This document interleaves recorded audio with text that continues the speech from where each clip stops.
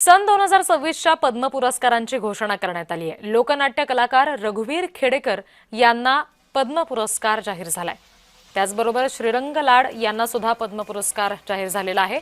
कृषी क्षेत्रातील योगदानासाठी लाड यांना पद्म पुरस्कार मिळालाय। वारली संगीतकार भिकल्या लाडक्या ढिंगा यांना सुद्धा हा पद्म पुरस्कार जाहीर करण्यात आलाय। बघूयात ही पद्म पुरस्काराची यादी नेमकी काय आहे, कुणाकुणाला हा पुरस्कार जाहीर झाला। डॉक्टर अर्मिडा फर्नांडिस महाराष्ट्र, त्याचबरोबर रघुवीर खेडकर हे सुद्धा महाराष्ट्रातलेच आहेत ज्यांना हा पद्म पुरस्कार मिळालेला आहे। भिकल्या लाडक्या धिंडा आणि श्रीरंग देवबा लाड या सुद्धा दोन मान्यवरांना जे महाराष्ट्रातलेच आहेत त्यांना हा पुरस्कार जाहीर झालाय।